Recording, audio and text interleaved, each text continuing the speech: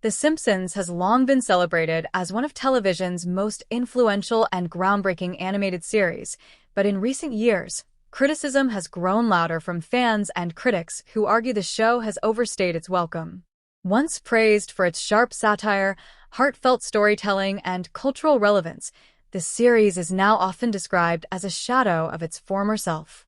For some, especially younger generations who have only known the later seasons, The Simpsons has been in decline for as long as they can remember, prompting ongoing discussions about whether it is finally time for the show to end. When The Simpsons debuted in 1989, it quickly became a cultural juggernaut. Its early seasons struck a balance between absurd comedy and thoughtful family dynamics, earning widespread acclaim and a loyal fanbase. Episodes like Lisa's Substitute and Marge vs. the Monorail became instant classics, blending humor with emotional depth in ways few animated comedies had attempted before. However, as the seasons piled up, many viewers began to notice a shift.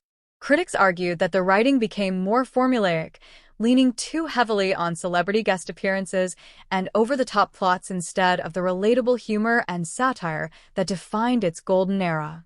This perceived decline has been a major sticking point for longtime fans, who often point to seasons 3 through 10 as the peak of the series.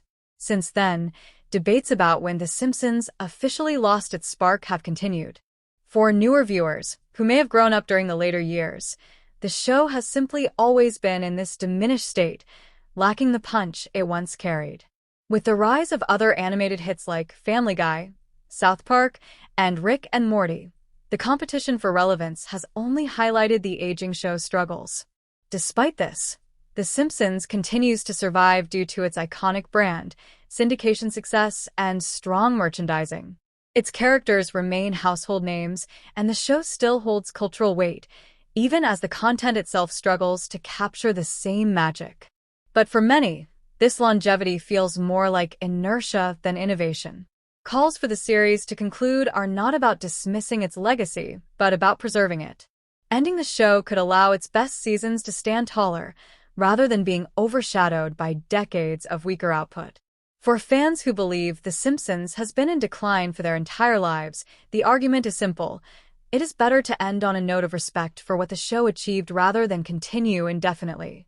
After more than 3 decades, perhaps Springfield has told all the stories it needs to tell.